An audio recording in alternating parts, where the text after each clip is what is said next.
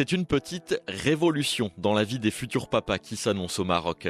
Jusqu'à maintenant, un père de famille avait droit à 3 jours de congé paternité. Pendant ces 3 jours, il touchait une indemnité équivalente à la rémunération qu'il aurait perçue s'il était resté à son poste de travail. Une indemnité qui est versée par l'employeur aux salariés. Voilà donc que ce congé paternité passe à 15 jours. Fouad envisage de devenir père.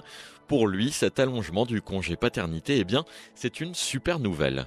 C'est une très bonne décision qui permet aux futurs papas d'être présents et de soutenir leurs femmes. Et surtout avoir le temps pour aider et organiser les fêtes et les démarches qui suivent l'accouchement sans stress.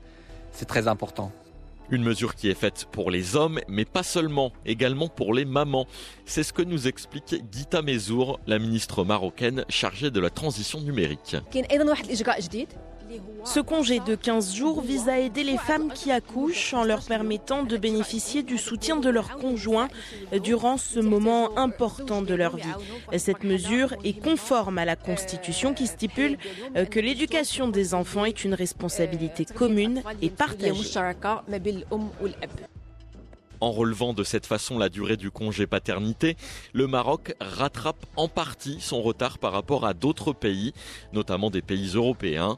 À titre de comparaison, en Espagne, un papa a droit à 16 jours de congé paternité. C'est 28 jours en France et 5 semaines au Portugal.